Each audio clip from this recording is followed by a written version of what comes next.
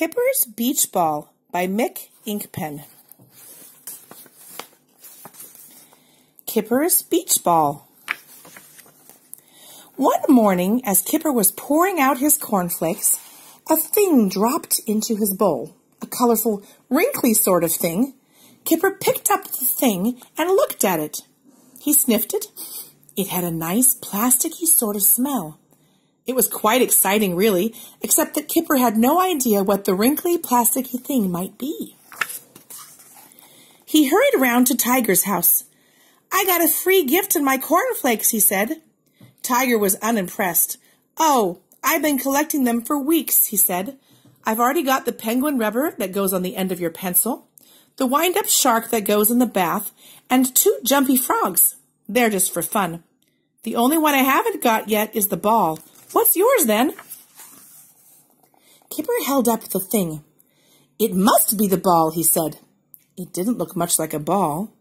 It didn't look much like anything. "I thought balls were supposed to be round and bouncy," said Tiger. Kipper bounced the thing, or rather he didn't, because the thing just hit the floor with a little plap and no bounce at all. It lay there looking colorful but useless. It was then that they discovered the nozzle. "Oh," said Tiger, "you're meant to blow it up. This isn't just an ordinary ball, it's a beach ball." He started to blow it up. He blew and blew and blew until he became giddy, and Kipper had to take over. Slowly, the wrinkly, plasticky thing turned into the fattest, shiniest beach ball they had ever seen.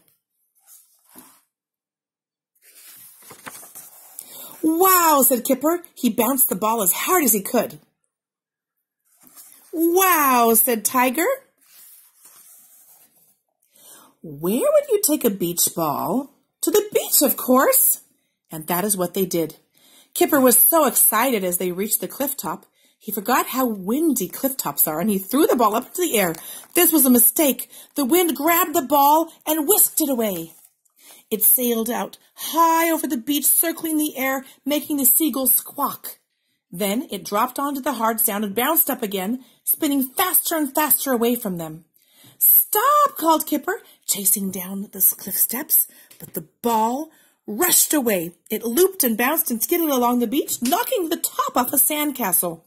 And just as it seemed that it would never stop, the sea grabbed it, and for a moment it stopped spinning, as if to catch its breath, before a wave whooshed up the beach and sucked it up into the surf.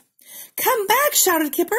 But by the time Kipper and Tiger reached the water's edge, the ball was bobbing far out among the waves. "Come back!"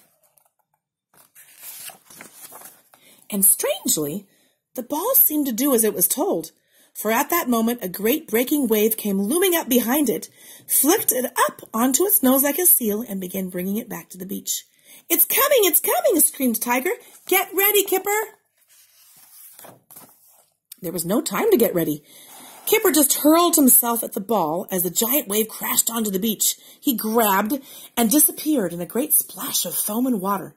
But over the sound of the waves and the tumbling of the pebbles and of the bubbling of the water in his ears, Kipper heard another sound, a faint pop, and he felt something collapse underneath him. As Kipper lifted his beach ball out of the water, it seemed to give a sigh, and slowly it became a wrinkly thing again. "It sort of died," he said to Tiger, which made them both laugh. They tried blowing it up again, but the big split on one side let the air out as fast as they could blow. Kipper noticed that it smelt more plasticky than ever, which for some reason made him feel suddenly sad. "We could always buy some more cornflakes," suggested Tiger. So they hurried home to buy more cornflakes and ran all the way to Kipper's house with 6 whole boxes, which they emptied straight onto the floor. But all they found was 3 penguin rubbers, 2 wind-up sharks, 1 jumpy frog, and lots of cornflakes. Over the next 3 weeks, Kipper ate nothing but cornflakes. Cornflakes for breakfast, and cornflakes for dinner too. But there was no beach ball, and in the end, Kipper stopped looking. Even so, each time he gets a new box of cornflakes, Kipper sniffs the box before opening it, just in case there is a nice plasticky sort of smell coming from inside.